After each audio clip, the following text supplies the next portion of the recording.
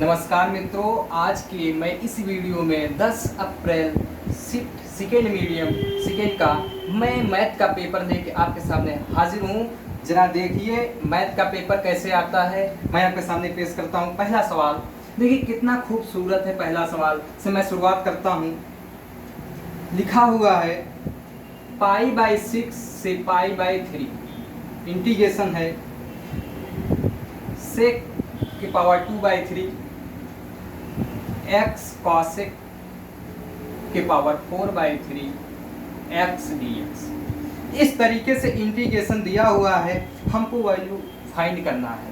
सबसे पहले इन सवालों में क्या होता है कि आपने इस तरीके सवाल आपने पढ़ा है तो सबसे पहले आप इसमें देखेंगे कॉसेक है ये सेक है ये कॉसेक है। क्या करेंगे, मैं कहता हूँ एक जुगाड़ फिट क्यों नहीं कर लेते। देखिए इसको इस ही रूप में बने रहने दीजिए। ऐसे अगर कुछ न समझ में कॉसेक को जरा नीचे ला कर देखो, साइन में क्या हो जाएगा 4/3 x dx हो जाएगा।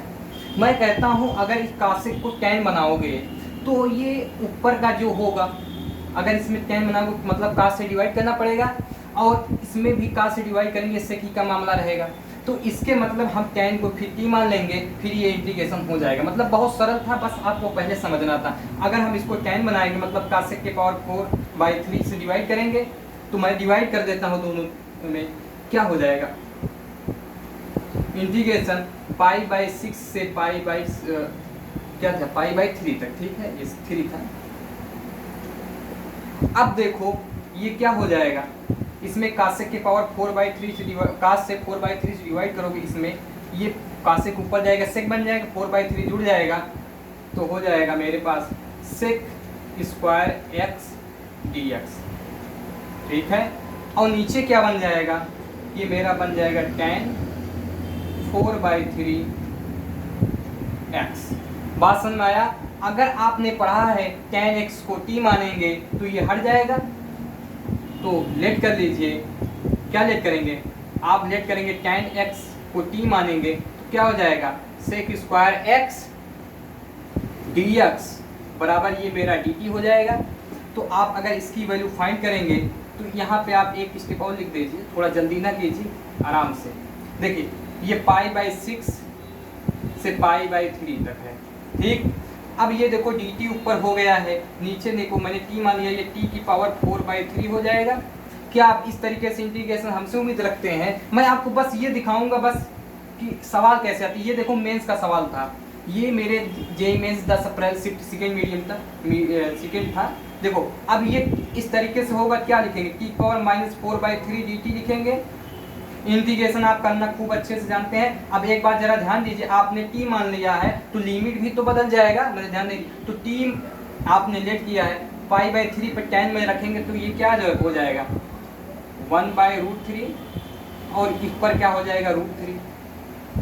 बात समझ में आया। अब देखो इसका इंटीग्रेशन करने चलोगे, क्या लिखेंगे आप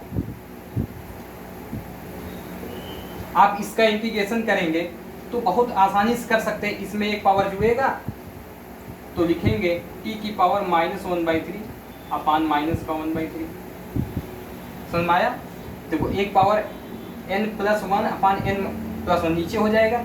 अब देखो इसका लिमिट हम ऐसे लिखे रहने देंगे 1/√3 टू √। इसको आप हल करेंगे, मेरा फाइनल आंसर क्या आ जाएगा आप हल कर लीजिए, कोई दिक्कत नहीं। इस सवाल में आप समय नहीं खराब करेंगे। इसका फाइनल आंसर मेरे पास ऑप्शन मिल जाएगा 3 की पावर 7/6 माइनस का 5 और 3 की पावर 5/6। देखो कितना सरल सवाल था। मतलब हम आपको यहाँ कैलकुलेशन छोड़ दें, आप हल कर लीजिए या नहीं, मैं बस इतना दिखाना चाहता हूँ कितना सरल सवाल आते हैं। कुछ सवाल होते हैं तो उनको मैं बताता हूँ कौन कौन सवाल कैसे क्या आ रहे हैं। देखिए पहला सवाल हो गया, अच्छे समझ में आ गया होगा उम्मीद करता हूँ। देखो दूसरा सवाल मेरे पास है। दूसरा सवाल एक सीरीज का है। क्या आपने सीरीज 11 में पढ़ा है? देखो पहला सवाल हो गया, दूसरा सवाल इस तरीके से सवाल अभी देखो कितना जल्दी होगा, आप इमेजिन भी नहीं कर पाएंगे। देखो 2 की पावर क्यूब है, ये 1+2 है। अब देखिए ये सीरीज बनता जा रहा है। अब आप ये देखो 3 हो गया, नीचे 1 + 2 + 3, इस तरीके से चलते चलते इसमें दे दिया है। देखो एक बार में ये बहुत सारे ऐसे टर्म है, मैं डैश डैश है, समझ रहे हैं। देखिए सवाल लिख देता हूँ पूरे से अच्छे में, सवाल अगर आपको चाहिए लिंक में जाके सवाल ले सकते हैं। देखिए ये चलते चलते a³ + 2³ ऐसे चलते, इसमें भी चलते चलते 15 का क्यूब है, 15 का क्यूब है, नीचे 1 + 2 + 15, ठीक है। इस तरीके से 15 टर्म तक गया है। अब इसी में फिर माइनस हुआ है इसी टर्म का, ठीक है, माइनस का 1/2। देखो सवाल तो लंबा दिख रहा है, अभी कितना जल्दी हो जाएगा आप देखते रह जाएंगे। देखिए 3 ऐसे चलते चलते ये 15 है, जितना समय लिखने में नहीं लगा है उतना हल उससे पहले ही हल हो जाएगा। देखिए इस तरीके से सवाल क्या आपको दिख पा रहा है, सवाल में देखिए 1 था, फिर दूसरे टर्म में 2 हो गया, तीसरे में 3 हो गया, मतलब बढ़ भी रहा है क्यूब के फॉर्म में। तो इस तरीके से सवाल को आपके पास क्या दिमाग में आ रहा है, और माइनस करके फिर ये मामला लिखा हुआ है। तो आप देखिए किसी भी सीरीज का, ऐसे सीरीज का पहले nth टर्म निकालते हैं। क्या निकालते हैं? nth term. देखो कहने मतलब अगर इस सीरीज में n टर्म होता तो हम कहते इस सीरीज का, उसको -1/2 भूल जाओ, मैं सिर्फ कहता हूँ इस सीरीज का। अगर मैं इस सीरीज की मैं बात करता हूँ, अगर इसमें n टर्म होते क्या होता? आखिरी वाला टर्म, मैं आखिरी टर्म की मैं बात कर रहा हूँ ना कि पहले वाला। आखिरी टर्म में n टर्म होता तो ये सीरीज कुछ इस तरीके से दिखता, आखिरी वाला टर्म। देखो मैं आपको पहले टर्म निकालना दिखाता हूँ, उसके बाद बहुत जल्दी हो जाएगा। देखो ऐसे चलते चलते ये 3 क्यूब होगा, चलते चलते आखिरी वाला जब n टर्म होगा तो n का क्यूब होगा, और नीचे क्या हो जाएगा, ये 1 2 3 चलते चलते n तक जाएगा। बात समझ में आया? अगर ये n टर्म का ये nth टर्म है, अगर मैं इसी का सिग्मा कर दूं, सिग्मा मानी योग, मतलब ये पूरा टर्म का योग आ जाएगा, सिर्फ इतने टर्म का पूरा योग आ जाएगा। ये तो कक्षा 11 का कोई भी इसका योग कर लेगा। अब देखो इसका आप योग करने जाएंगे, किसी में आपने पढ़ा है, आपने नहीं पढ़ा तो कोई बात नहीं। देखो a³ b³ मतलब a³ 2³ 3³, इस तरीके से क्यूब होता है, उसका फार्मूला क्या होता है? मैं कहूँगा n+1/2 का स्क्वायर। नीचे का मामला क्या होगा? अभी मैं इसको भूल जा रहा हूँ, मैं इसी का पूरा हल कर रहा हूँ, समझते जाइए। इसको लिखिए जैसे n+1/2, ये किसका है? नीचे का। मैं इसका सिग्मा भी लूंगा, ये सिग्मा चल रहा है साथ में। तो अब देखो ये नहीं रहे, एक पावर मेरे पास बचा क्या? अभी हो सकता है एक बार इरेज करना पड़े थोड़े से, अभी तुम्हें फार्मूला थोड़ा जनरेट कराऊं, बाकी जल्दी हो जाएगा। n+1/2 यही बचा। अब इसका मैं सिग्मा ले लो, सिग्मा लेने मतलब अलग अलग सिग्मा कर लो।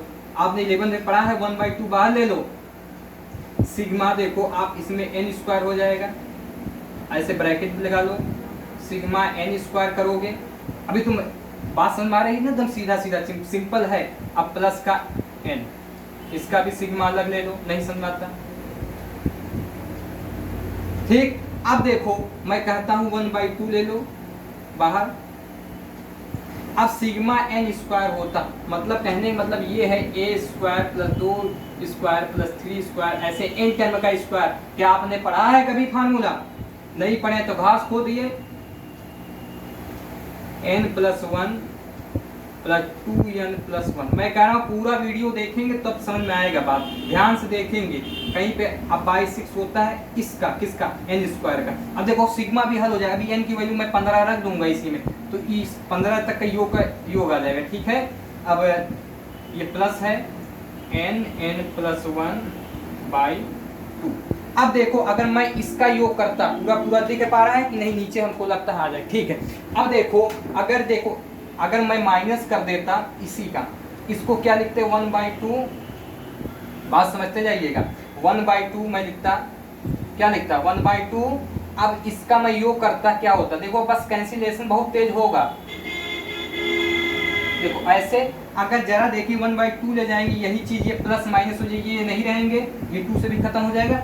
अब देखो आखिरी स्टेप मैं लिख रहा हूँ, आंसर की उम्मीद बढ़ रहा हूँ। देखो मेरे पास ये लिख दे, इरेज कर देता हूँ थोड़ी सी, सवाल ही ज्यादा जगह घेर लिया है, बाकी सवाल तो मैंने इतने लगाया, ठीक है, देखते जाइएगा। मैं कह रहा हूँ कि देखो 2 से मल्टीप्लाई हो जाएगी, उसी जैसा मैंने वो खत्म हो गया पीछे का मामला, मैंने उसको इतना लिख दिया, ठीक है।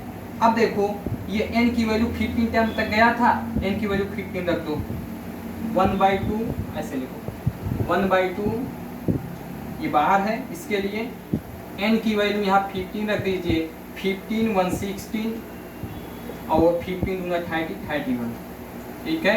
नीचे बैठा है 6, इसी की वैल्यू आप हल कर लीजिए, मेरा फाइनल आंसर आपके पास होगा।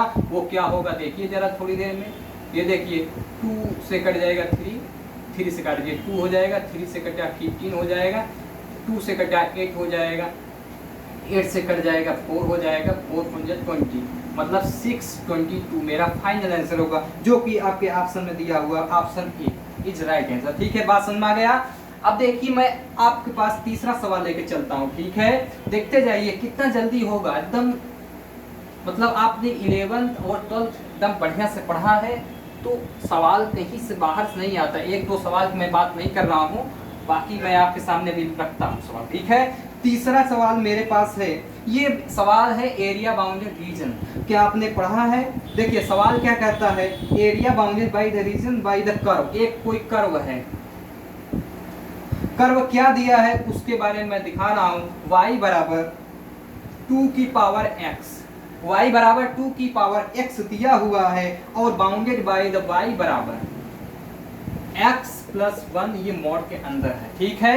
हमको ये कर्व और इसके बीच लाइन के बीच जो एरिया बाउंडेड होता है वो कौन से क्वाड्रेंट में दिखाया है? फर्स्ट क्वाड्रेंट में जो एरिया बाउंडेड होता है उसकी वैल्यू फाइंड करने को कहा है। क्या ये सवाल आप देखिए डायग्राम, मैं कहता हूँ एरिया बाउंडेड रीजन बिना डायग्राम के लगाना ही नहीं चाहिए, क्योंकि डायग्राम में ही तो आधा सवाल खत्म हो जाता है। देखिए ये एक्स एक्सिस है, ये वाई है, ऐसे रिलेट कर लीजिए, ठीक है।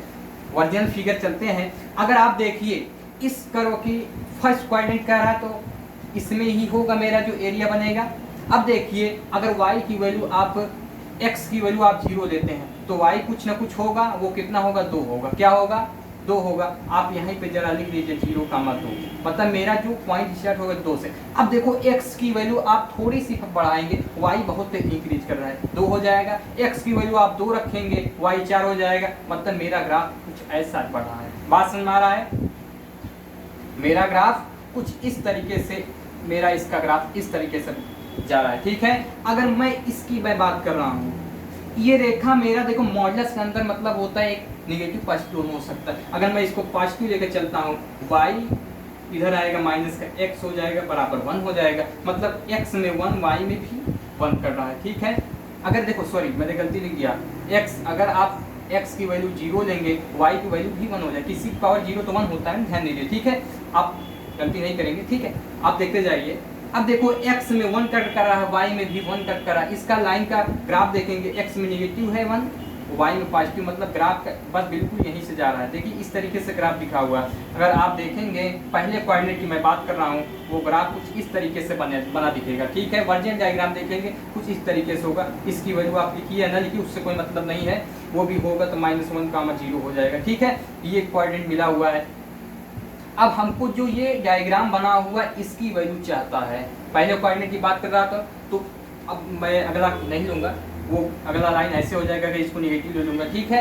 इस तरीके से हमको तो पहले कोऑर्डिनेट में चाहिए, ठीक है। अब देखो इसकी वैल्यू हमको फाइंड करना है। क्या आपके पास क्या विचार है? मैं तो कहता हूँ आप इसको 2 तरीके से लगा सकते हैं। क्या आपने पढ़ा है? सबसे पहले इसका प्रच्छेदन बिंदु चाहिए, कटान बिंदु, मतलब दोनों कर्व और लाइन कहाँ प्रच्छेद करती है। मैं कहता हूँ y बराबर 2x है, y की वैल्यू इस पे फाइंड करिए, इस पे।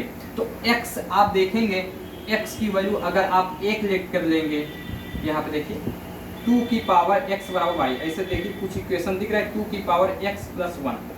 आप वेरीफाई करिए, अगर आप x की वैल्यू 1 लेट करते हैं तो आप इसकी वैल्यू फाइंड हो जाएगी, मतलब एक सबसे ऐसे ओरल समझ लीजिए। x की वैल्यू 1 लेट करिए, ये वेरीफाई होगी, मतलब मेरा जो पॉइंट होगा वो 1 का मान, x की वैल्यू 1 लेट कर लेंगे, y की वैल्यू मेरा क्या जाएगा 2, मतलब प्रच्छेदन बिंदु आ गया।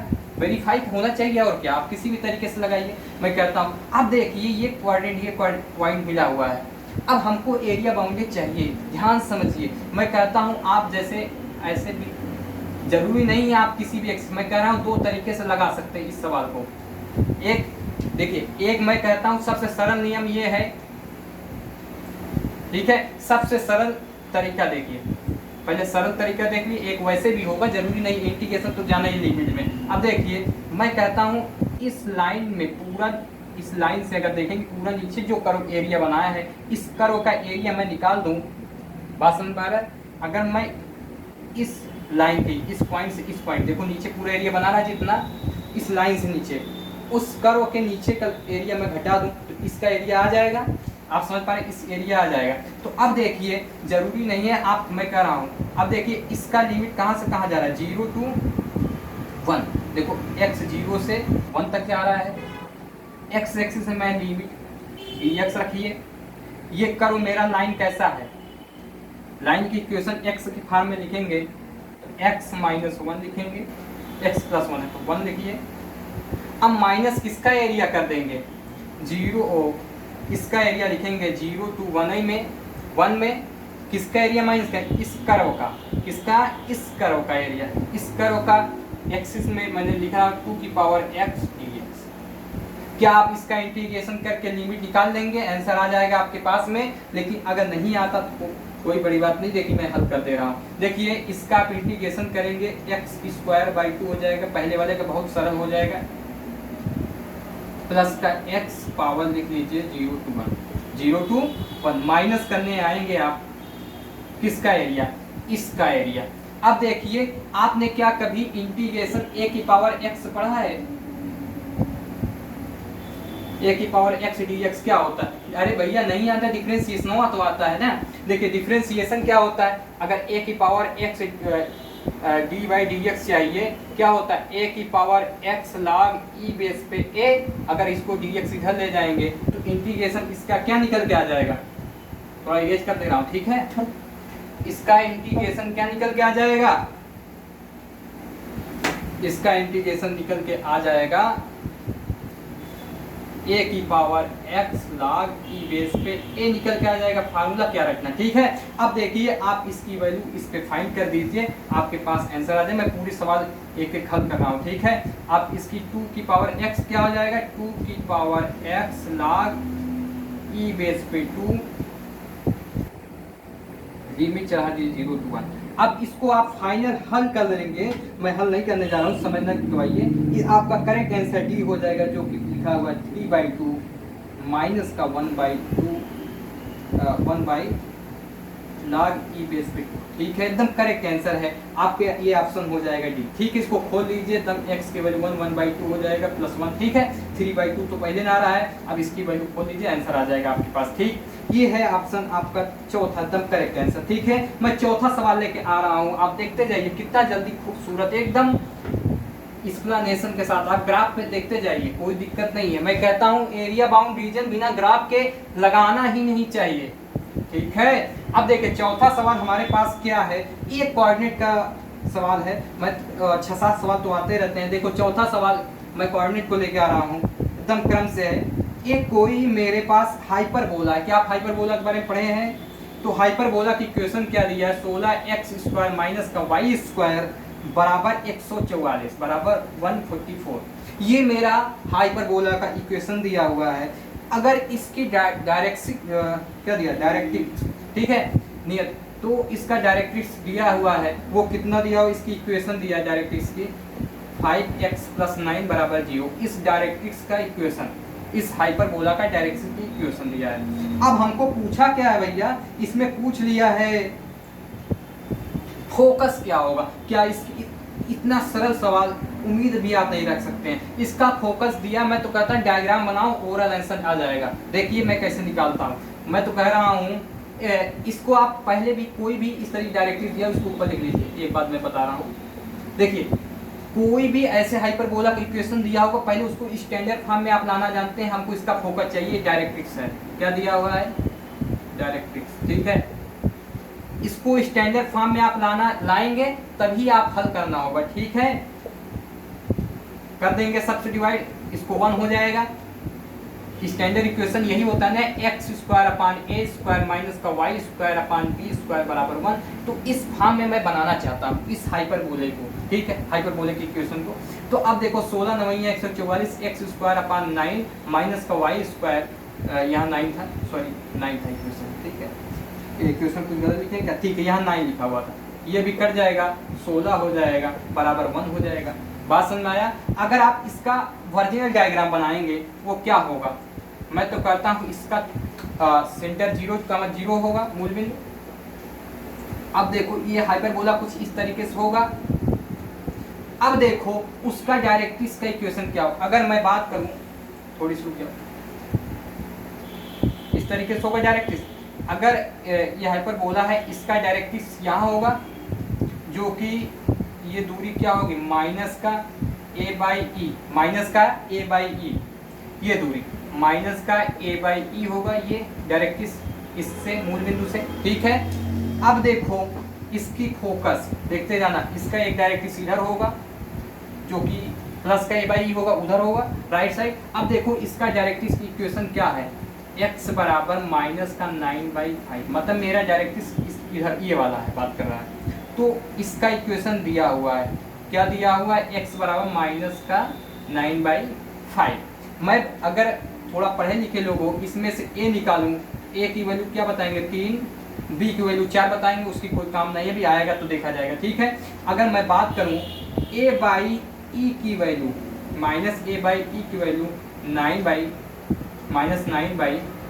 है क्या, a की वैल्यू आप 3 पाए हैं, इसमें 3 सजा दीजिए, क्या e की वैल्यू आ गया, माइनस माइनस कैंसिल 3/5, e की वैल्यू आपका आ जाएगा 5/3, e की वैल्यू क्या आएगा 5/3। तो इसका जो फोकस होगा माइनस का ए ई कामा 0 होता है क्या, माइनस का ए ई कामा 0 प्लस का ए ई कामा 0 उधर होगा, तो यही तो फोकस होता है। अब देखो उसने फोकस पूछा था, तो ए की वैल्यू आपके पास क्या है 3 है, ई की वैल्यू आप निकाल के बैठे हैं 5/3, तो ए ई की वैल्यू आ गया क्या, तो माइनस का 5 ए ई की वैल्यू आया, तो इसमें मतलब फोकस होगा 5,0, माइनस का 5,0। तो कितना सरल सवाल था, आपका ऑप्शन होता बी इज राइट आंसर। बात समझ में आया, कितना सरल सवाल था, बात समझ में आ गया कैसे हल करना है। नहीं तो आप इसको ई की वैल्यू वैसे भी निकाल सकते हैं, इसके बी स्क्वायर बराबर ए स्क्वायर ई स्क्वायर माइनस 1, ठीक है। लेकिन वैसे क्या है, क्यों निकालना है, वर्जिनल डायग्राम जाइए ना, ठीक है।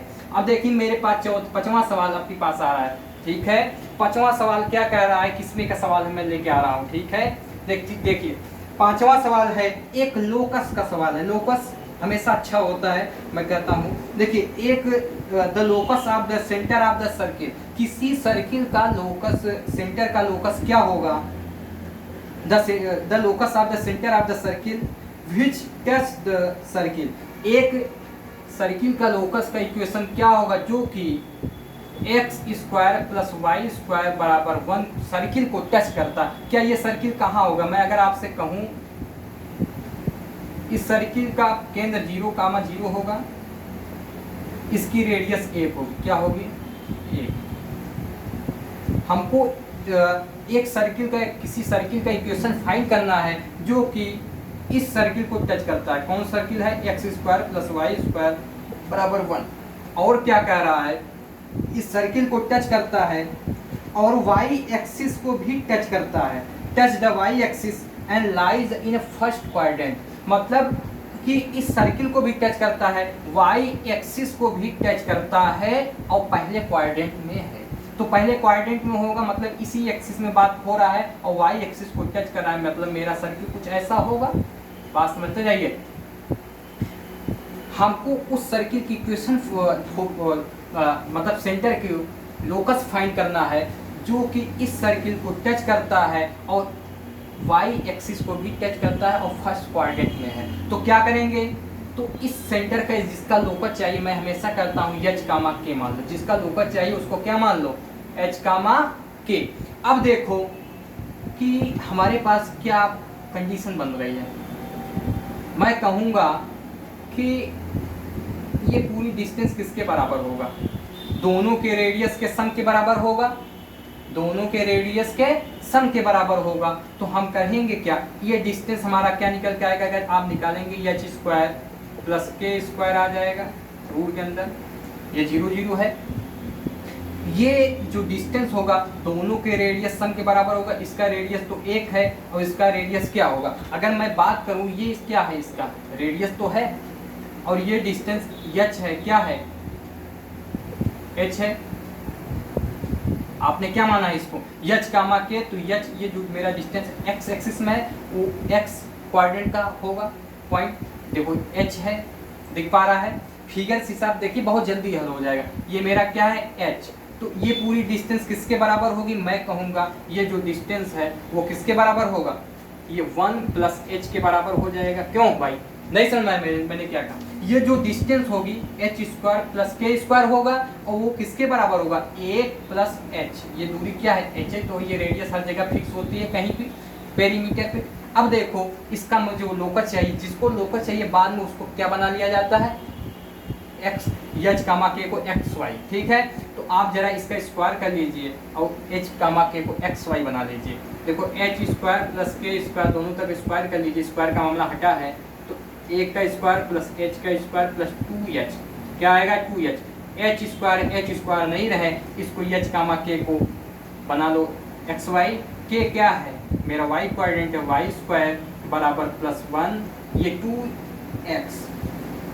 y की वैल्यू आपका क्या निकल के आया 1 प्लस 2x। इस तरीके के आपके ऑप्शन में दिख रहे हैं कुछ, तो आपका ये ऑप्शन नंबर पहला ही सही है, राइट आंसर है। इस तरीके से आपका ये आंसर दिया हो, कई आंसर थे लेकिन आंसर कौन सा सही होगा इस तरीके से। किसी में यहाँ 4x है, कहीं यहाँ 2y के साथ ये लिखा हुआ है, तो आप समझ गए कितना सारा सवाल था लोकस का, निकालना जान गए। पहले जिसका लोकस चाहिए उसको हमेशा एच कामा के माना जाता है, बाद में उसको एच कामा के को एक्स वाई बना के रिप्लेस कर लिया जाता है, ठीक है।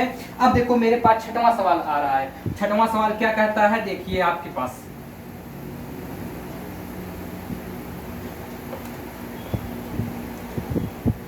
मैं फिर कह रहा हूं ये वीडियो आप देखिए, पूरा देखेंगे तो आपको जोश जरूर आएगा, मैं उम्मीद करता हूँ। छठवां नंबर सवाल क्या कहता है, एक और मेरे पास है कोऑर्डिनेट का। देखिए सवाल समझिएगा, सवाल बड़ा है लेकिन हल होगा जरूर। थोड़ा इंक भर देंगे इसके, ठीक। देखिए छठवां 6 नंबर क्वेश्चन क्या कहता है, the tangent and normal of the ellipse. किसी कोई इलिप्स है हमारे पास जो कि इलिप्स का इक्वेशन दिया हुआ है 3x स्क्वायर प्लस का 5y स्क्वायर बराबर 32। इस इलिप्स का टेंजेंट एंड नॉर्मल किसी पॉइंट दिया हुआ है, पॉइंट दिया हुआ है, वो पॉइंट क्या है, पॉइंट दिया हुआ है 2,2, पी की पॉइंट दिया है 2,2। इस इलिप्स पे 2,2 पे टेंजेंट और नॉर्मल एक्स एक्सिस में जहाँ पे कट करते हैं उनके बीच घिरे हुए एरिया फाइंड करना। तो जरा आप इस इलिप्स को क्या करेंगे, पहले स्टैंडर्ड फॉर्म तो बनाएंगे, अभी मैंने जैसे बताया। तो स्टैंडर्ड फॉर्म बनाना होगा तो इसको 32 से डिवाइड कर देंगे। ऐसा क्यों होता है, हमेशा एक इधर लाना होता है, अरे इस रूप में होता है ना, x square upon a square plus y square upon b square बराबर 5, स्टैंडर्ड इलिप्स का इक्वेशन। तो इस तरीके से बनाएंगे, ये एक हो जाएगा, एक्स स्क्वायर की वैल्यू आ जाएगी। तो आप उस पे ना जाइए, मैं बात बता रहा हूँ। तो वो कोई इलिप्स इस तरीके से होगा, आप वर्नियर फिगर बनाइए, वो इलिप्स मेरा इस तरीके से होगा, ठीक है। उसकी का जरूरत पड़ेगी तो बनाएंगे, लेकिन क्या कर रहा है, कोई 2,2 पॉइंट मेरा कहाँ होगा, इसी पे होगा कहीं पे 2,2, एक कोई पॉइंट P है मेरा, समझते जाइए। इस पॉइंट से जाने वाली टेंजेंट और नॉर्मल, टेंजेंट और नॉर्मल एक्स एक्सिस में जहाँ पे कट करती है उस पॉइंट का नाम दिया हुआ है Q और R, ठीक है। इस पॉइंट से टेंजेंट जो जाएगी वो कहीं पे ऐसे कट करेगी, और इस पॉइंट पे जो नॉर्मल होगा, बात समझिए जाइएगा, ऐसे वो कहीं कट करेगा। अब उसमें कहा गया है कि जो टेंजेंट है वो क्यू पे टच करता है, वाई एक्स एक्सिस में कट करता है, और यहाँ पे ये आर पे कट करता है। तो हमको को क्या चाहिए था, area of P R Q, क्या चाहिए, area of P R Q. तो आप करेंगे क्या, सबसे पहले सवाल करेंगे क्या, मैं कहता हूँ ये सवाल कुछ है नहीं, एक हिसाब से बस अभी देखिए बहुत जल्दी होगा, पहले समझिए क्या करना होगा। देखिए हमको क्या चाहिए, इसका एरिया चाहिए, इस जो मेरा ट्रायंगल बन रहा है। तो ट्रायंगल का एरिया निकालने के लिए सबसे पहले ये कोऑर्डिनेट जब तक फाइंड नहीं हुआ तब तक आप एरिया नहीं निकाल सकेंगे, ठीक है। तो इसका कोऑर्डिनेट पॉइंट फाइंड करने के लिए क्या करेंगे आप, सबसे पहले इस पॉइंट को, इस लाइन का इक्वेशन निकालेंगे और जहाँ पे एक्स एक्सिस में कट करेगा वहाँ क्या कर देंगे, वाई जीरो कर देंगे, ये कोऑर्डिनेट निकल जाएगा। और उसी तरीके से ये भी निकाल देंगे। लेकिन इस पॉइंट से जाने वाला इसका लाइन का इक्वेशन कैसे निकालेंगे, मैं कहता हूँ नहीं समझ में आता, आप ऐसे निकाल लीजिए ना, इलिप्स का स्टैंडर्ड को एक्स डैश चाहे निकालिए चाहे वैसे, इस पॉइंट पे इसका स्लोप निकाल लीजिए। इसका स्लोप निकालने जाएंगे 32 हटा दीजिए, कोई मतलब नहीं है, इसका कोई बहुत बड़ा रोल नहीं था, ठीक है।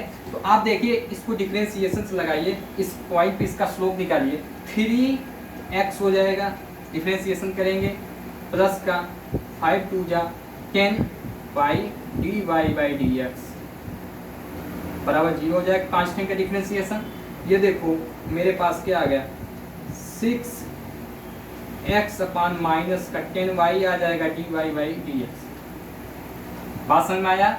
अब देखो x की वैल्यू 2 रखो, y की वैल्यू 2 रखो, स्लोप अपने यहाँ आ जाए 6 दूनी 12 क्या जाएगा, देखो ऐसे काट दीजिए, माइनस का 3/5 d y by d x आ गया।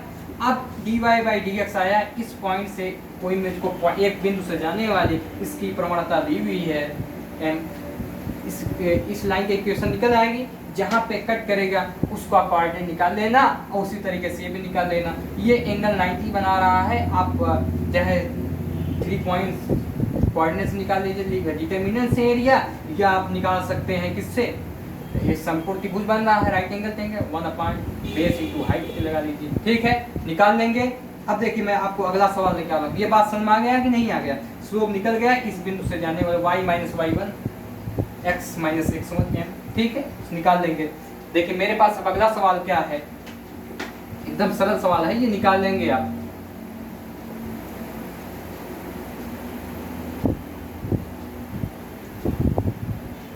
मेरे पास अब 7वां नंबर सवाल आपके सामने है। देखिए 7वां नंबर सवाल क्या कहता है, ये भी कोऑर्डिनेट से है। देखो कोऑर्डिनेट हर बहुत सारे सवाल आ रहे हैं। The tangent of the curve, कोई कर्व हमारे पास इक्वेशन दिया हुआ है, वो दिया हुआ क्या है, y बराबर x अपान एक्स स्क्वायर माइनस का 3। बात समझ में आया। ये कर्व का इक्वेशन दिया हुआ है। अब हमको कह रहा है एट पॉइंट, इसी पे पॉइंट दिया हुआ है, at point alpha comma beta, इस पे इस कर्व पे पॉइंट क्या दिया, alpha comma beta is parallel to line, एक कोई लाइन है जो कि इक्वेशन दिया। पहले देखिए सवाल मैं आपको समझाता हूँ, एकदम सवाल समझ में आएगा तभी तो आप हल कर पाएंगे। देखिए ये दिया हुआ है, देन अल्फा की वैल्यू रिलेशन पूछा। देखिए सबसे पहले इस कर्व को, इस कर्व पर अल्फा कामा बीटा पे मेरा जो स्लोप होगा, लाइन बनेगी, वो इस लाइन के पैरेलल है। बात समझिए, the tangent of the curve, इस कर्व पर इस पॉइंट से जाने वाली टेंजेंट किस लाइन के पैरेलल है, 2x प्लस 6y माइनस 11 के पैरेलल है। तो हमको रिलेशन बताना है, रिलेशन क्या है, अल्फा बीटा के क्रम में रिलेशन है। तो कैसे आप निकालेंगे, मैं कह रहा हूँ इस पॉइंट से जाने वाली, इस कर्व पे इस पॉइंट से जाने वाली टेंजेंट की इक्वेशन कैसे निकालेंगे। तो सबसे पहले इस पॉइंट से जाने वाली टेंजेंट का स्लोप निकालेंगे। वो कैसे निकालेंगे, डिफरेंशिएशन कर लीजिए, d y by d x slope निकलेगा, इनका आपस में डिफरेंशिएशन, डिनोमिनेटर आप न्यूमरेटर पाए डिनोमिनेटर लगाइए, इसको आप ऊपर लिखिए एक्स स्क्वायर माइनस 3, एक्स का डिफरेंशिएशन 1 माइनस का आप लिखेंगे क्या हो जाएगा, इसको लिख लीजिए एक्स इंटू 2x, ठीक है, अपान में नीचे वाले का होल स्क्वायर। इस तरीके से आप करेंगे।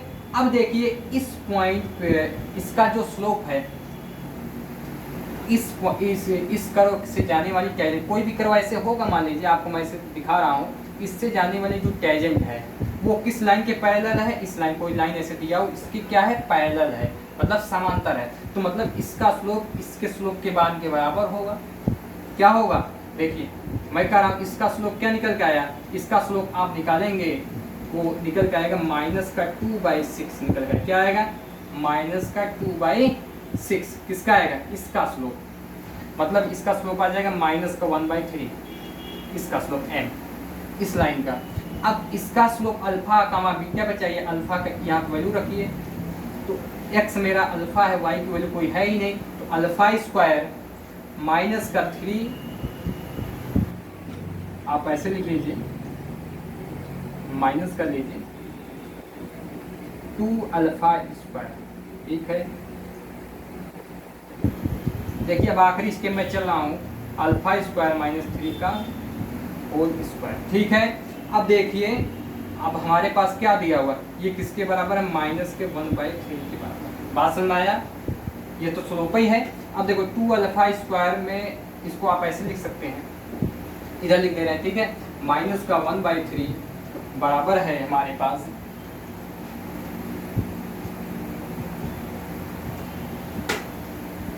बराबर क्या होगा, आप माइनस कॉमन ले लेंगे, क्या हो जाएगा, अल्फा स्क्वायर प्लस का 3 अपान में अल्फा स्क्वायर माइनस का 3 अपान स्क्वायर। बात समझ में आया, ये माइनस माइनस नहीं रहे। इस तरीके से इक्वेशन हमारे पास बन गया, ठीक है। अब इसमें हमारे देखिए आंसर किस रूप में है, एक सेकंड, हमारे पास सवाल दिया हुआ है, ठीक है, ठीक। अब देखिए मेरे पास ऐसा इक्वेशन बन गया है, तो इसको आप थोड़ा सा और इधर लाइए, इधर ले जाइए पूरा, अल्फा स्क्वायर माइनस का 3 का क्या है, क्यूब स्क्वायर। अब हमारे पास इधर क्या बचा है, 3 अब अल्फा स्क्वायर प्लस, ठीक है। आप यहाँ से अल्फा की वैल्यू निकालिए, अब इस इक्वेशन में डाल दीजिए, बीटा की वैल्यू आएगी तो वेरीफाई आपका हो जाएगा। ऑप्शन आंसर के हिसाब से फाइंड कर लीजिए। देखिए इस हिसाब से ऑप्शन देखेंगे, ऑप्शन इसका number A is right answer होगा, ठीक है, निकाल लेंगे, ठीक है। इसका ऑप्शन नंबर ए सही होगा, ठीक है, ऑप्शन नंबर ए मिल गया है, कोई दिक्कत नहीं है। अब मेरे पास 8वां नंबर सवाल चल रहा हूँ, ठीक है। 8वां नंबर सवाल क्या है, देखिए 8वां नंबर सवाल है, एक लिमिट का सवाल है। लिमिट क्या कहता है, x tending to 1 x square minus का ax प्लस का b अपान में x माइनस 1 दिया हुआ है, बराबर ये वैल्यू फाइंड किया है 5। क्या कहा है, 5। हमको वैल्यू फाइंड करना है a प्लस बी की वैल्यू क्या होगी। सबसे पहले आपको मैं बताऊं, a प्लस बी की वैल्यू हमसे पूछा है क्या होगा जब इस तरीके से लिमिट दिया हुआ है। जब कभी भी लिमिट इस तरीके से, आप देखिए अगर आप x टेंडिंग टू 1 यहाँ पर खोल देंगे तो ये क्या हो जाएगा, 0 हो जाएगा। जब नीचे 0 का मतलब ये 0/0 का फलन ही है, बात समझ में आ रहा है। ये नीचे देखो x टेंडिंग टू 1 खोलेंगे 0 हो जाएगा, मतलब ऊपर भी 0 होगा, बात समझ में आया। मतलब ये एक हिसाब से 0 ऊपर भी होगा, तो आप कह सकते हैं x square minus ax plus b बराबर 0 होना चाहिए, आप ऐसे लिख दीजिए। अब मैं ये कह रहा हूँ, आप ऐसे लिख दीजिए, अब मैं ये कह रहा हूँ अगर 0/0 का फलन है, एल हॉस्पिटल भी तो फॉलो करेगा। एल हॉस्पिटल आप खड़े हैं, ऊपर नीचे डिफ्रेंसिएशन कर लिए, तब तक करिए जब तक 0/0 का फलन ना हटे। अब देखो ऊपर का मैं डिफ्रेंसिएशन कर रहा हूँ, 2x हो जाएगा माइनस का a हो जाएगा, नीचे करेंगे 1 हो जाएगा, बात समझ में आया। ये देखो किसके बराबर है, 5 के बराबर है। x टेंडिंग टू 1 पे यहाँ पे 1 खोल दीजिए, बात समझ में आया। तो a की वैल्यू क्या निकल के आई, a की वैल्यू हमारे पास निकल के आएगी माइनस का 3। a की वैल्यू क्या निकल के आई, माइनस का 3। यहाँ से b की वैल्यू आप फाइंड कर लेंगे, ये 0/0 का फलन है, इसके मतलब आप x टेंडिंग टू 1 खोलेंगे, यहाँ पे 1 हो जाएगा, माइनस का 1 है a हो जाएगा, प्लस का b बराबर 0। a की वैल्यू माइनस का 3 रख देंगे तो b की वैल्यू फाइंड हो जाएगी। a की वैल्यू माइनस का 3 रखिए, देखिए माइनस का 3 में रखना, प्लस हो जाएगा, ये माइनस b हो जाए, मतलब b की वैल्यू मेरे पास क्या निकल के माइनस का 4 आया। क्या आया, माइनस का 4 आ जाएगा। तो हमको a प्लस बी की वैल्यू फाइंड करने को कहा गया था। a और प्लस बी की वैल्यू मैं फाइंड करूंगा ए और प्लस बी की वैल्यू वो क्या निकल के आएगा, माइनस का 7। क्या निकल के आएगा, माइनस के 7, क्यों, बी की वैल्यू -4, ए की वैल्यू -3, 4 3 -7 आ जाएगा। ठीक है, ये ऑप्शन मेरे number C, option C is right answer. बात ठीक है। इस तरीके से -4 -7 1 5, ऑप्शन क्या होगा मेरा आंसर, -7। करना क्या था, मैंने कहा इसको आप एक्सटेंडेड टू 1 देखिए, रखेंगे ये इन्फिनाइट हो जाएगा, मतलब ये 0 हो जाएगा नीचे, इसके मतलब 0.0 का फॉर्म है। बात समझ में आप इस तरीके से अप्लाई कर सकते हैं। बहुत ही अच्छा सटीक मैंने तरीका निकाला है। अब देखिए, अब मैं कहूँगा ये 0.0 मतलब ये 0 होगा किस पे, एक्सटेंडेड टू 1 पे रखिए 0, इस रिलेशन ये बना। आप यहाँ से एक बार डिफ्रेंशिएशन करके 5 के बराबर करिए, ऊपर नीचे रिलेशन बना, ए और बी की वैल्यू फाइंड करिए, इस पे रख दीजिए। ठीक है, समय कितना हो गया। देखिए 1-2 सवाल मैं और लेके आ रहा हूँ। हमारे पास एक सवाल बहुत ही खूबसूरत है। देखिए हमारे पास लीनियर इक्वेशन दिए हुए हैं, 3 लीनियर इक्वेशन दिए हुए हैं। क्या है सामने देखिए, x + y + z बराबर 6 है। क्या है, 6 है। और नीचे दिया हुआ है 4x, एक इक्वेशन और है, प्लस लेमडा y माइनस का z लेमडा z। ठीक है, और क्या दिया हुआ, बराबर का लेमडा -2। बात समझ में आया। और एक इक्वेशन और दिया, देखिए इक्वेशन लिखने में समय लग रहा है आपको समझाने के लिए, बाकी सवाल लगाने में समय नहीं लगेगा। 2i माइनस का 4z बराबर -5, ये दिया हुआ है, एक लीनियर इक्वेशन दिया है।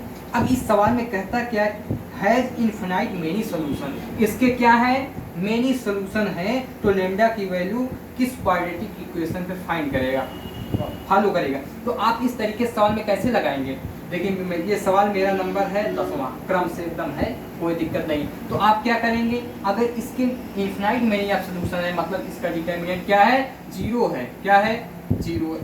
हमेशा एक ही तरीके से सवाल पूछता है। अब ये सवाल खत्म हो जाता है और हम उम्मीद करता हूँ ये सवाल हल हो जाएगा।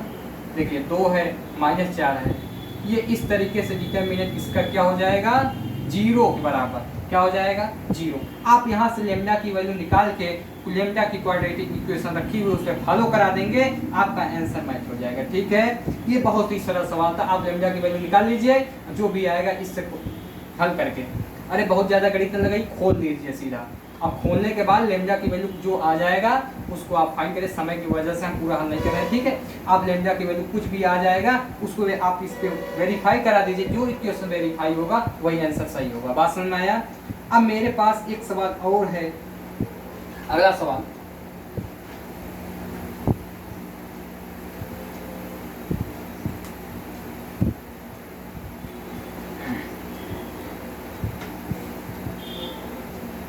देखिए सवाल बहुत सरल है, तरीके अलग अलग है। हो सकता है ये तरीका बहुत सरल हो, मैं जो बता रहा हूँ। देखिए द एंगल ABC, एक कोई ट्रायंगल है, बात समझिए। ये A दिया है, ये B दिया है, ये C दिया है, कोई एक त्रिभुज है ABC। ठीक है, अब कहता क्या है सवाल, 11वां नंबर क्वेश्चन है, 11 नंबर। ABC एक कोई ट्रायंगल है ABC। अब उसमें दिया है इनके जो एंगल है वो AP में है। क्या है, AP में। ये जो एंगल है, इसका एंगल जो होगा, ये जो एंगल है क्या है, आपस में AP में। AP मतलब अर्थमेटिक प्रोग्रेशन। ठीक है, अब देखिए इसमें कहा है साइड जो C है वो 4 है, ये साइड C के सामने भुजा C होता है, ये 4 दिया हुआ है, ये A होगा। अभी हमको फाइंड नहीं करना है, अभी देखिए करना क्या है, कह क्या रहा है, ये B होगा, ऐसे रहने दीजिए। इनका जो एंगल है वो AP में है। बात समझ में आया। अब हमको पूछा है इस ट्रायंगल का एरिया बताइए, इस ट्रायंगल का एरिया बताइए, जबकि A:B के अनुपात दिया हुआ है। क्या दिया हुआ है, A:B के वैल्यू दिया हुआ है, वो दिया क्या हुआ है, 1:3। ठीक है, इसकी वैल्यू दिया हुआ है इस तरीके से, इनका रेशियो दिया हुआ है, ये साइड दिया हुआ है, जो एंगल है वो AP में है। तो हमको कैसे फाइंड करेंगे? तो कोई भी आप एपी में फाइंड कैसे करेंगे? कोई भी एपी में आप क्या मानते हैं? ए माइनस डी मान लीजिए, ए प्लस डी मान लीजिए, यही तो मानते आए हैं। मतलब आप ये मान सकते हैं। अब ये तीनों, पहला मान लीजिए एंगल ये होगा, मैं तो एपी के नियम से मैं बता दूंगी इस सवाल, ठीक है। अब देखिए पहला एंगल ये होगा, दूसरा ये, तीसरा ये, ठीक है। इनका सम किसके बराबर होना चाहिए? किसी भी ट्रायंगल का सम कोणों का 180 के मान के बराबर होगा, यानी जो दूसरा एंगल होगा वो 60 होगा। कैसे? ये सब ऐड करेंगे, 3a हो जाएगा, a की वैल्यू क्या हो जाएगा? ये सब 180 के मान के बराबर है। सब तीनों का सम, तीनों एंगल का सम 180 के मान के बराबर होना चाहिए कि नहीं होना चाहिए? ये कोण, ये कोण, ये कोण सम के मान के बराबर करिए, जो एंगल आएगा वो क्या आ जाएगा? 60 आ जाएगा। ये एंगल 60 होगा, इसके मतलब बात समझ में आया? ये एंगल 60 होगा। मैं कहता हूँ इस एंगल के बारे में क्या विचार है? वैसे तो आप कहेंगे एक एंगल 60 होगा तो एक एंगल क्या होगा? अब देखिए ये एंगल एक के बारे में विचार हो गया। अब मैं कह रहा हूँ 60, 30 कुछ भी आ जाएगा, ठीक है। आप साइन रूल जानते हैं कि नहीं जानते? उसका भी उपयोग होगा। क्या होता है मैं उसके बारे में थोड़ा बता देता हूँ। साइन a अपान a कोण a। देखिए बस अब आखिरी स्टेप मैं चल रहा हूँ, इसके बाद आखिरी स्टेप चलूँगा। साइन b अपान b, साइन c अपान c, यही तो होता है। अब देखो c की वैल्यू दिया हुआ है 4, c की वैल्यू दिया हुआ है 4। अब देखो अगर मैं a अपान b इसको लिखता, क्या आता? 1/√3। क्या आता? 1/√3 आता है कि नहीं आता?